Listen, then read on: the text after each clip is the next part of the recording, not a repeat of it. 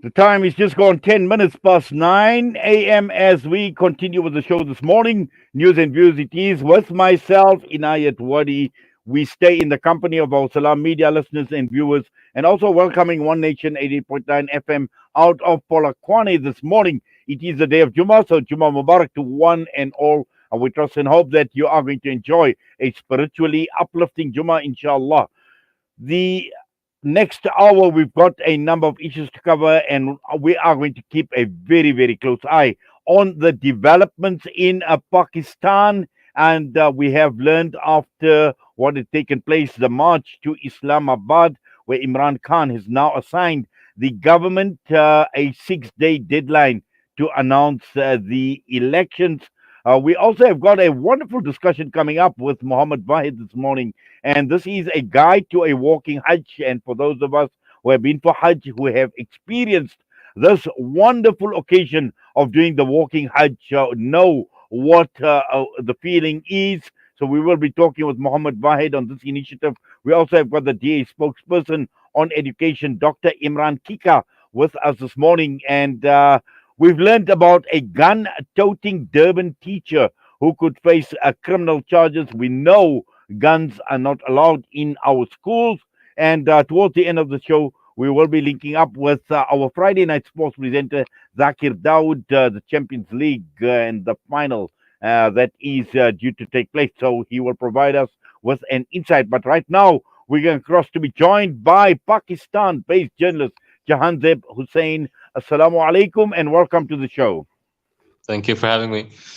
Yes, Janzeb, let's talk about the aftermath of the attempted march into Islamabad. We know that obviously did not go as planned for the PTI, and now we see the former Prime Minister Imran Khan warning the government to set new elections in the next 6 days. Yeah, I mean, we shouldn't take those headlines too literally because I've seen headlines go around of Imran Khan's remark that election in 6 days or I march to the capital. I mean, we should ask why is it that Imran Khan cancelled his march yesterday and decided to wait for almost a week before perhaps marching again. So, I mean, that's the most interesting bit right now.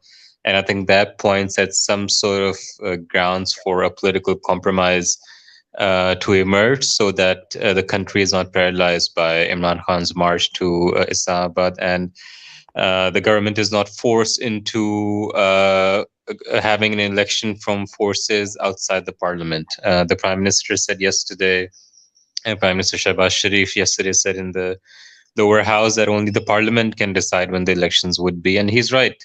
Only the election can decide. Only the lower house, only the house of the parliament can decide when the election would happen. Having said that, there are other signals from other political parties and coalition members that if certain conditions are met, then maybe an early election can be organized. And perhaps those are the signals received by Imran Khan as well from powerful quarters of the country that perhaps it is time to reach some sort of a compromise instead of paralyzing the country.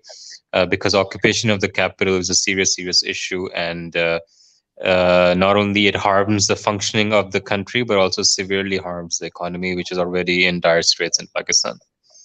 Yes. Now, obviously, looking at the PTI and Imran Khan in the build-up to the march to the capital, to Islamabad, they have been relentless, and we've seen this waves of support for Imran Khan spreading right across the entire country. The key issue here is how long will Imran Khan and his supporters be able to sustain the pressure? Because we know that the elections are not going to be held in the very short term. Yeah, I mean, that's key for Imran Khan as well. I think, once again, I mean, I've stated it previously as well quite a few times, and I think all the analysts agree with it that it is questionable to what extent Imran Khan's support is that high in the country, as it seems in images across social media, especially. For example, Imran Khan said that he would bring 1 or 2 million people with him to in the march, but that was far from the case.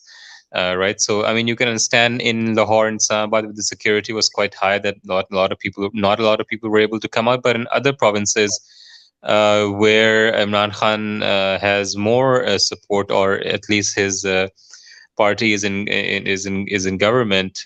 We did not see that much street support. So every politician likes to exaggerate their level of support that they have in the streets, and I think it's the same with Imran Khan.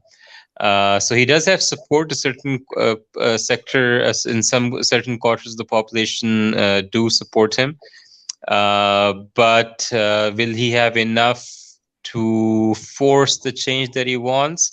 It's tricky. The thing is that you might not need a lot of people to occupy the capital and force the government, because even a handful of people can create disorder. So it can be put two ways. He might not have enough support, but he might have enough support to really be a nuisance for the government. So it remains to be seen how it goes. And while he continues being a nuisance for the government, the question is, will the government be able to continue with business as usual? Will they be able to govern the country against the background of these protests? And because that seems to be dominating the news and the events in Pakistan at this point in time.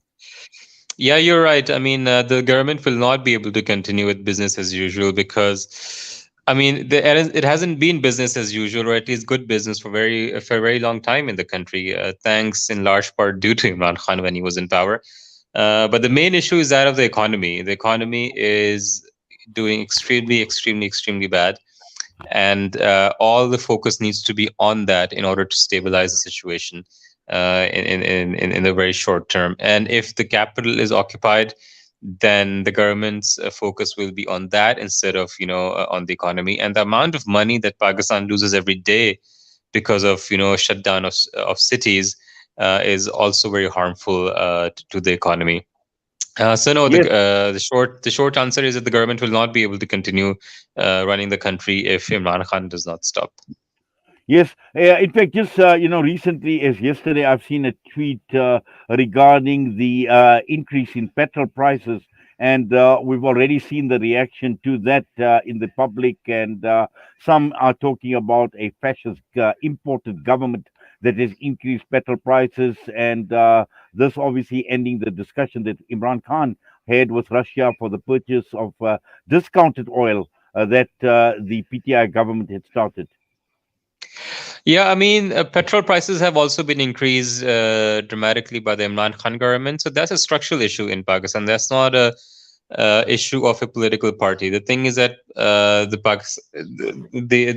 demand to increase petrol prices by ending subsidies is a demand by the IMF. And Pakistan's economy requires IMF bailouts or IMF funding to prop up its current reserves, the dollar current reserves, in order to be able to continue importing the essential goods that it needs. So that's a structural issue facing Pakistan that every government faces, including Imran Khan. Removing of subsidies and increasing of petrol prices is something that will have to be done sooner or later, because there's no other way the IMF is going to give the money that Pakistan needs in order to continue, as you said, business as usual. So those are very complicated structural issues, and they cannot be explained by populist narratives like fascism or important government. And other thing is that Imran Khan, that's again Imran Khan's narrative that he has, that he went to Russia to import cheap oil in order to avoid IMF demands. But the reality is far more complicated than what Imran Khan would put it to be. So I mean, but then again, all of that adds to the political context and adds to the narratives, and let's see if it adds fuel to the fire to what may or may not happen on the ground in the coming days. Well, I like what you say, fuel to the fire, because we are talking about fuel, Jahanzeb. But just clarify this issue, and I'm not too sure whether my facts are correct. Has the IMF done an about turn on the Shabaz Sharif government? Has done what? Sorry. Has the IMF done an about turn on the Shabaz Sharif government? Because you mentioned the requirement of the IMF but there have been certain reports that the IMF has basically are not interested in the Shabazz Sharif government at this point in time, obviously because of the concerns that they have with Pakistan and where the government is at this point in time. Yeah, I mean, the main issue, the main stumbling block for the IMF is that it wants Pakistan to remove subsidies that it provides to certain sectors of the society, of the economy. One of them, or perhaps mainly being the fuel subsidies, because that's a big burden on Pakistani public expenditure. These fuel subsidies that the government provides. The fuel subsidies, by the way, are highly inegalitarian. I mean, we would like to think that subsidies support the weak and the poor, but in Pakistan, that's far from the case. The subsidies support the rich, and is part of the rentier economic system that the Pakistani elite has been surviving on for a very long time. So the IMF wants those subsidies to be removed, and Pakistan is reluctant because removing those would, in the short term, increase petrol prices by quite a bit. But there's no other way for Pakistan to get the money that it needs from the IMF. So to answer to your question, the IMF is quite consistent on this point. But the latest signals are that, as you said, the oil prices were increased yesterday. So that sends a good signal as far as the IMF is concerned, that Pakistan is ready to reform the economy the way it wishes. So if it continues like that, then it is possible that the IMF will release the $4 to $5 billion dollars that Pakistan is asking it for in the coming period. Well, we certainly will watch the space with a lot of interest. And as I mentioned right at the beginning, that we have been following developments in Pakistan very, very closely. We thank you once again, Jahanzeb, for coming on and unpacking what you have with us. We do appreciate your time Thank with you. us, and please take care. Thank you very much. Jahanzeb Hussain joining us, Pakistan based journalist. And yes, we definitely will not be keeping our eye off the ball in Pakistan. I think still a lot likely to happen in the country.